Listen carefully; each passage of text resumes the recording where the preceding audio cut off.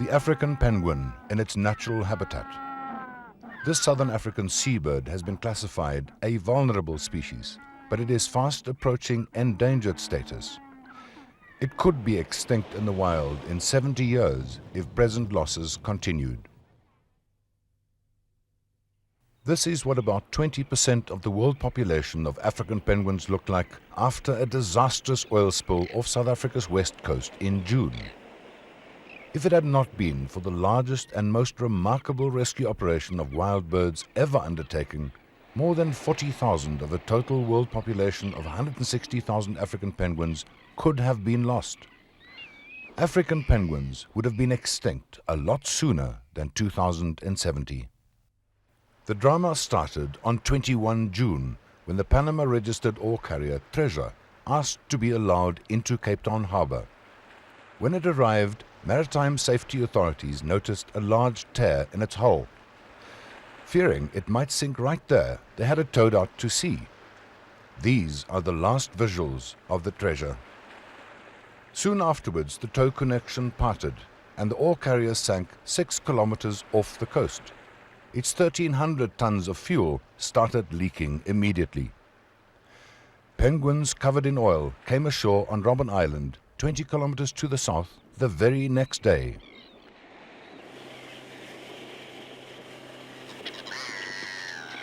Thick black oil polluted this historic island, the third biggest colony of African penguins and only recently declared a World Heritage Site. The mammoth task of capturing polluted penguins on Robben Island and transporting them for treatment to the mainland started immediately.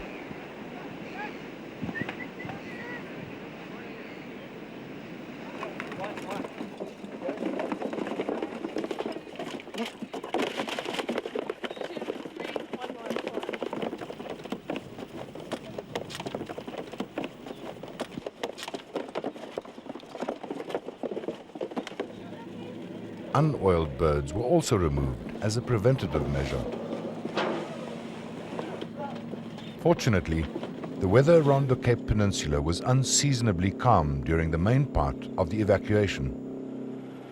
The Treasure was steadily leaking oil, and in the windless conditions, several huge oil slicks drifted around along the coast. Oil spills are a regular phenomenon to South Africa. Exactly 6 years before this disaster, the ore carrier Apollo C sank just north of the biggest colony of African penguins, Dassen Island, 60 kilometers north of Robben Island.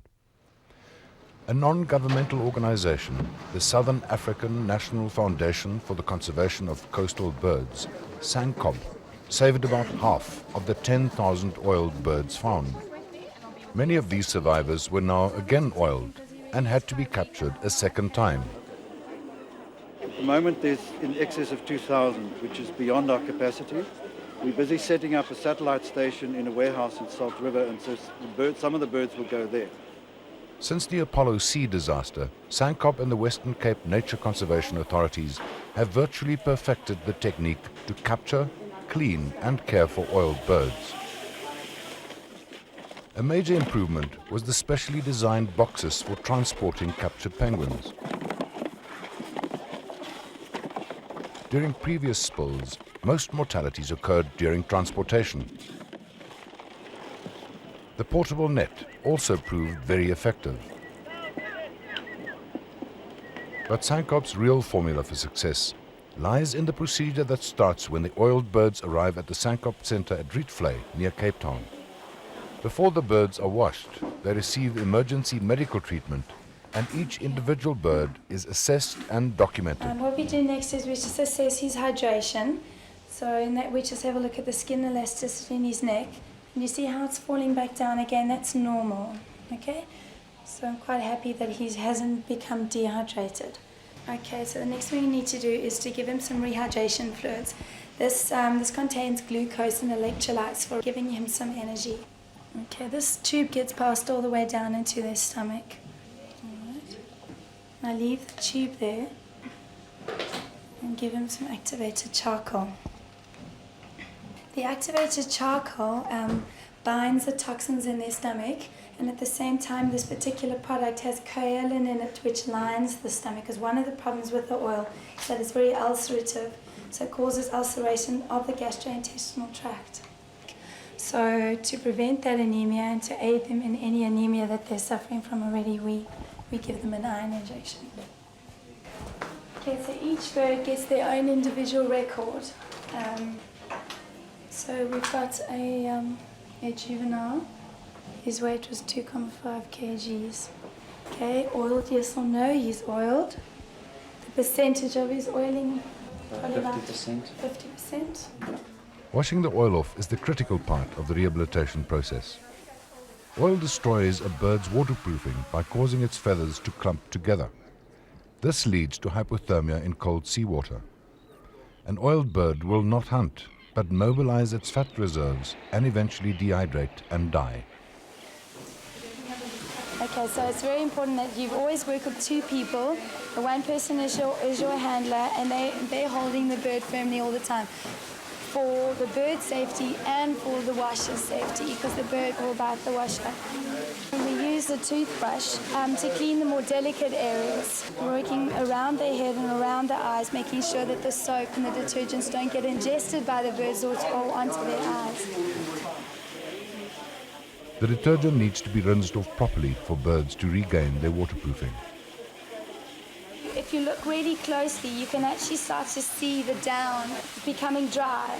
You can see over here, can you see this is actually dry, even though the water is splashing on it, it's actually staying dry. So the birds need to be rinsed until water can run on them and they stay dry.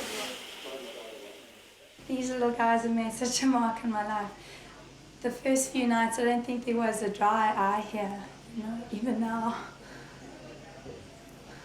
They're gorgeous. They've got the most incredible little personalities. You know them all the way through the system. You can pick out their little personalities. It's really beautiful. Penguins mainly eat sardines and anchovies. They feed underwater, so out of the water they have to be force-fed. But they do learn very quickly.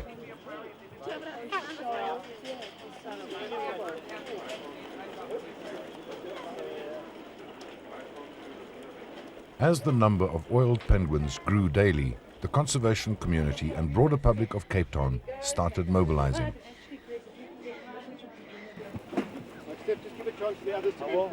I must say that I was touched to see these large number of volunteers working around the clock who mobilized themselves and went into action literally overnight. The dedication and the expertise with which they are working. Many of them are volunteers. They're not even getting paid. Sembcorp had just called on them to come in. And I think it says a great deal about the concerns that this society has for conservation and for the preservation of our sensitive ecological areas. The volunteers, as you can see behind me, they're the backbone of this operation. We would never be able to pay for this operation if it all had to be on paid staff. So it's absolutely crucial that we have volunteers, and I salute all of those wonderful people who've come forward to volunteer to help save the African penguin in its darkest hour. We have more penguins at Sandkop now than we had during the Apollo Sea, and we're going up. We must have by now about 15,000 plus at Salt River. So we've got a vast number of penguins. This is going to be the biggest rescue operation ever. We have been fortunate. Things have gone incredibly well. I cannot believe how well it is going. Our biggest problem is going to be to have enough manpower to keep doing this. We're planning to wash about 500 a day. We're looking at this point at having at least 20,000 penguins in to wash. So it takes minimum 20 minutes. We're doing quick washes now, 20 minutes to half an hour to wash a penguin. So anyone can work that out. It's going to take us a long time. We know from past experience your sicker, weaker penguins who were more heavily oiled do take longer to get out, so I can see us being very busy for the next 3-4 months. And responding to oil spills has become one of our specializations, unfortunately. We have an international oiled wildlife response team, and that team is made up of the world's leading oiled wildlife rehabilitators. And what I've always done is brought those specialists together under our banner, and we've made it possible for those people to be able to fly to the scene of a big oil spill like the one we have here and be able to work and cooperate with the local agency, in this case SANCOB, and help them cope with the disaster. Not only penguins were affected, rare cormorants and black oyster catchers also fell victim to oil pollution. Cormorants tend to get overlooked in these events. They don't get oiled as much as penguins because they're obviously, when they're travelling, they're flying rather than just swimming. So they're able to visually spot the oil and avoid it. But quite often in a situation like in the harbour where the oil is trapped, they've dived and they've come up and then they get covered in oil. Now we have 4 species of cormorants on our coast and 2 of them are extremely rare on the global scale. The crowned cormorant has a population of between 2,500 and 3,000 pairs. That's all in the world. The bank cormorant has a population in the order of 4,000 to 5,000 globally.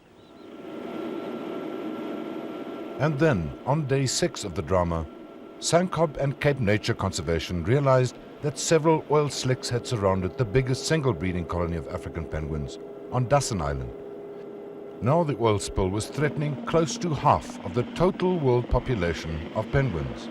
The rescue effort was put in top gear. I don't think a week ago we expected to ever have that many penguins come into SANCOB oiled, and now we've got this whole operation of moving clean penguins off the islands as well. I think if we all stop and think for a minute, it is really devastating what's happened. We're trying at SANCOB not to think, we're just working, trying to get the birds off. But I would like all of you to really think about what exactly is happening. We've had to evacuate all the penguins off Robben Island. We're nearly finished with that process. We've got a couple of thousand going. And it looks like we're heading the same way on Dassen Island. It remains to be seen, but this is a very serious threat. We're looking at 41% of the entire world population of African penguins, threatened species, or vulnerable species. And I think it is far more serious than a lot of people think. Both Dassen Island and Robben Island populations were increasing, they were doing extremely well, and this could really set them back seriously. Conservationists faced a terrible dilemma. If they took the unoiled penguins off Dassen Island as a precaution and the oil never reached the island, they would have unnecessarily caused the deaths of thousands of chicks. If they did nothing and the oil did start affecting the Dassen Island penguins, tens of thousands of penguins would have been lost, because SANCOB could not cope with more than the 23,000 birds they already had in their centres.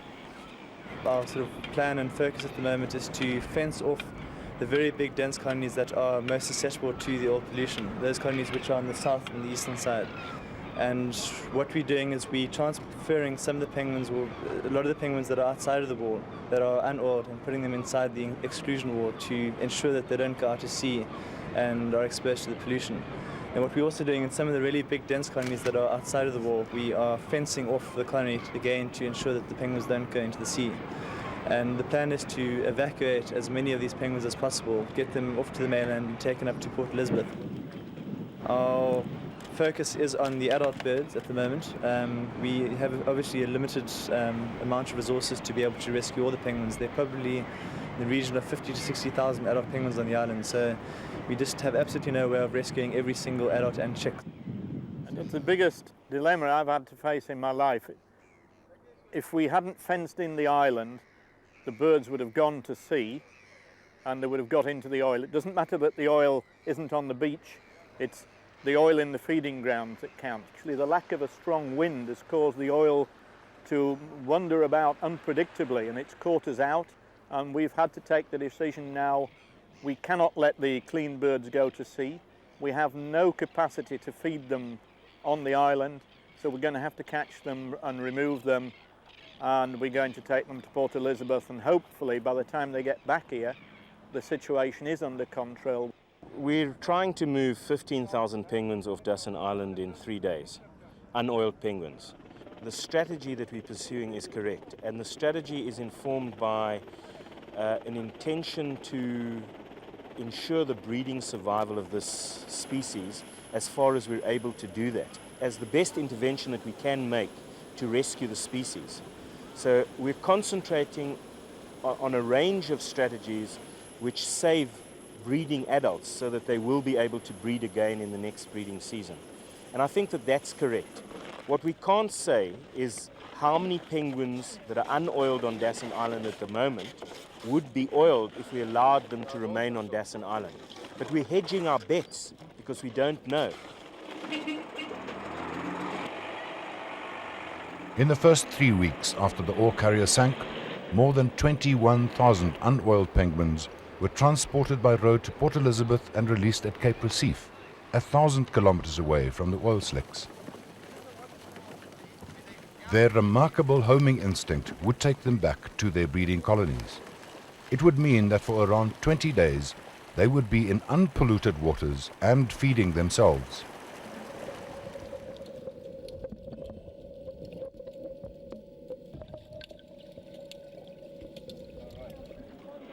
Three of the penguins were fitted with satellite transmitters so their progress back to the breeding colonies could be monitored.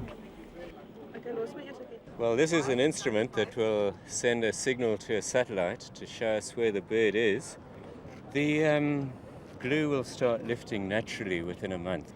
This bird is going to Port Elizabeth tonight and it will be released tomorrow. And hopefully then we'll be able to see what the birds that are being taken to Port Elizabeth are doing, how quick they're coming back, whether they're coming back, and that'll give us some idea of the danger that they're going to be encountering of coming back to the oil again.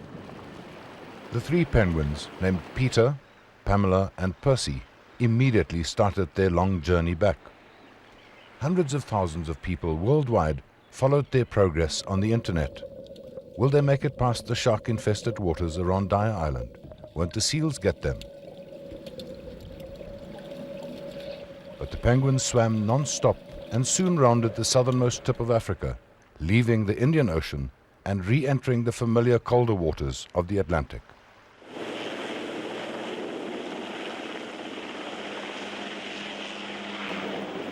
The evacuation of clean and oiled penguins continued with a frenzy.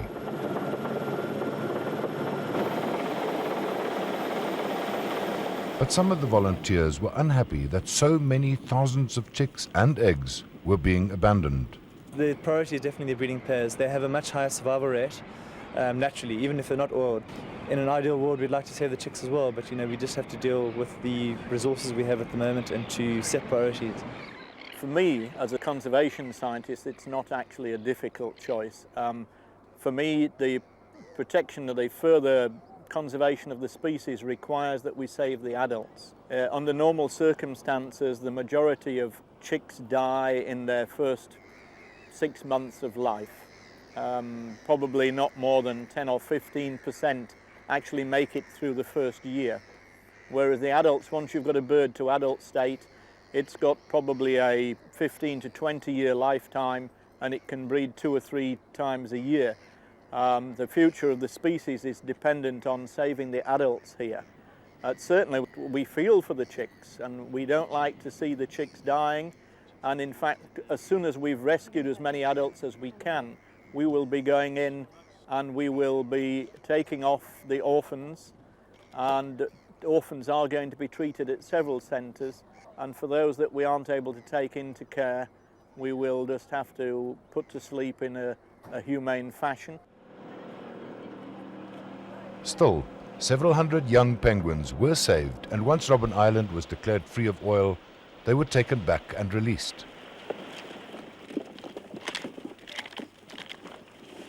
They seemed disoriented and very unsure of how to treat their new freedom, and some wanted to get back into the familiar boxes. After 3 weeks in captivity, they had lost their fear of human beings, although they looked very happy once they had joined the few adults in the water.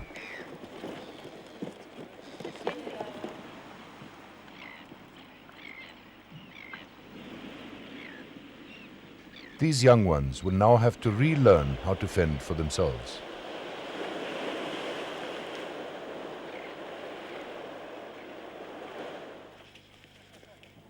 Three weeks after the oil started leaking from the stricken ship, a very special moment. The first group of birds cleaned and treated by Sankob was prepared for release.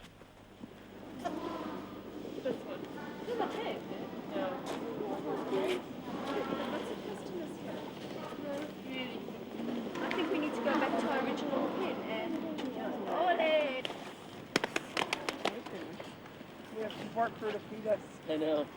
Water.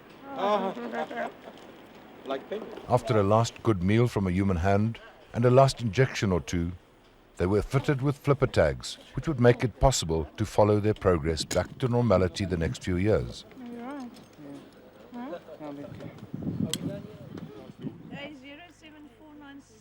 A07497. Once their insulative capacity had been tested, they were declared fit to go back to sea.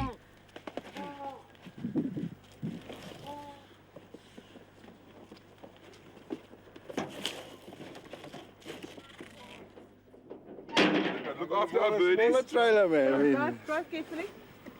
I will, thank you. Thanks. I will. Sorry, it's a small load. But it's a precious loader. This is It's the a first load. You'll look after these babies real good. I haven't offloaded one yet. There's nearly 20,000 been moved. Good. So, okay. Okay. All right. Cheers, Mike. Mike, thanks a lot. No, Jack, Okay. thanks a lot. Thank you. Much appreciated. Drive safely. Have a good trip. Eh? Thanks a All lot. right, see ya. Bye, guys.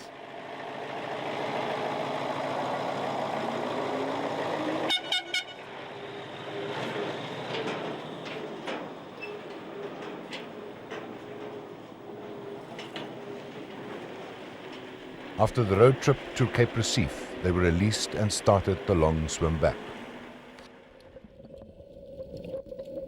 And then, in the early hours of 18 July, 20 days after his release at Cape Recife, Peter's satellite transmitter reported that he had arrived at Robben Island. Percy got back to Dassen Island 2 days later. With them, of course, were the thousands of penguins released at the same time, but without satellite transmitters. The biggest rescue since Noah filled his ark with animals in biblical times was officially declared a tremendous success. A welcoming party was held in Cape Town. Peter, welcome back. Good to have you around again. Percy, I believe, is home as well. Pamela, hope you make it. 20,000 others, we look forward to having you back, and we don't mind having our fingers slashed again. Thank you. And this single tragedy has done more than any huge marketing campaign could have done to raise the level of awareness among South Africans about the importance of the environment, why the environment is so sensitive and what we need to do. Now that the penguins have been saved, the question is, will they survive? Will they breed again? I think we can say with absolute certainty from the follow-up work that we did on the Apollo seabirds that those birds do survive. Of the 4,000 birds with flipper bands from the Apollo sea spill, we have seen no less than 73% of those birds actually individually, physically. They've crossed paths with a researcher. But it's no use having birds going back living in the wild if, as a result of the petrochemical poisoning they've suffered, they don't breed again. The answer to that question is yes, we do know that they breed again, and within a very short period of time they appear to be breeding as well as birds that have never been oiled. Well, we'd have lost all the birds that were oiled if we didn't have Sankope, which is 25,000 more or less out of a world population of about 160,000. So that would have been a huge chunk into the population. And then if we didn't have Nature Conservation Robben Island Museum to catch the clean penguins before they got oiled, that's another 20,000. So we'd have lost 45,000 out of the 160,000. And additionally, of course, we'd have lost all the young chicks that those 45,000 birds were caring for, or would have been caring for when the eggs hatched. This has been a massive effort. It's been a huge effort. We have 21,000 penguins in our care. We have so far not even washed half of them. We've still got a very long way to go. I want to stress again that this is the biggest operation internationally ever in saving any species. I want to say that we are working on a miracle here. I have never ever thought, when I realized how big this spill was going to be, that we were going to get the support we're getting, that the penguins were going to be getting the support they're getting, and that people would be so absolutely wonderful and working together in such a big way. I think we can all learn from this, and we can all begin to have more faith in mankind. It has been absolutely wonderful. Thank you. The African penguin has survived its biggest onslaught. For a change, humans succeeded in undoing the damage that other humans had caused to wild animals.